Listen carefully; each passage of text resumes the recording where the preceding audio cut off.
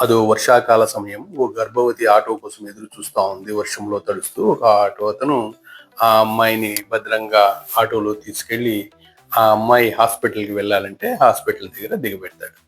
దిగబెట్టి, "అమ్మా ఇక్కడి నుంచి హాస్పిటల్‌కి నడుచుకొని వెళ్ళాలంటే నువ్వు వానలో తడుస్తావు కదా! ఈ గొడుగు తీసుకెళ్ళు" అంటాడు. "సరే అన్న, మళ్ళీ మీకు ఈ గొడుగు ఎలా ఇచ్చేది" అని అంటుంది. "ఏం పర్వాలేదమ్మా, నాకు ఇవ్వాల్సిన పని లేదు. ఎవరికైతే దీని అవసరం ఉంటుందో వాళ్ళకే ఇవ్వు, పర్వాలేదు" అని చెప్పేసి సంతోషంగా ఆ అమ్మాయిని అక్కడ దిగబెట్టి వెళ్ళిపోతాడు. సరే, ఆ అమ్మాయి గొడుగు తీసుకొని మెల్లిగా హాస్పిటల్ ప్రాంగణానికి చేరుకుంటుంది. అక్కడ ఒక ముసలతను పాపము వర్షంలో తడుస్తూ చలికి వణుకుతూ ఉన్నాడు. ఆయన ఎక్కడికో పోవలసి ఉంటుంది. ఈ గర్భిణీ స్త్రీ ఆ ఈ ముసలతనికి ఈ గొడుగునిచ్చి, "తీసుకోండి తాత, మీ గమ్యాన్ని మీరు చేరండి" అంటుంది. "సరే, థ్యాంక్స్ అమ్మా. ఈ గొడుగుని నేను మీకు ఎలా చేర్చేది" అని అడుగుతాడు.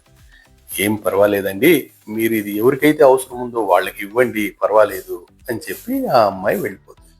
అతను హ్యాపీగా గొడుగు తీసుకొని తను పోవలసిన చోటికి నడుచుకొని వెళ్తూ ఉంటాడు. వర్షంలో తడుస్తున్న ముసలావిడకు తన గొడుగును ఇచ్చేసి, "అమ్మ, నాకు బస్సు వస్తా ఉంది, నేను వెళ్ళిపోతాను, ఈ గొడుగు మీరు తీసుకోండి" అని చెప్పి వెళ్తాడు.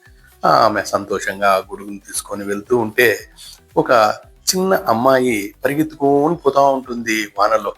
ఆ అమ్మాయిని పిలిచి, "తల్లి, ఈ గొడుగు తీసుకొని వెళ్ళమ్మా, వానలో ఎందుకు తడుస్తావు" అని ఆ ముసలావిడ ప్రేమగా ఆ పాపకు గొడుగిస్తుంది.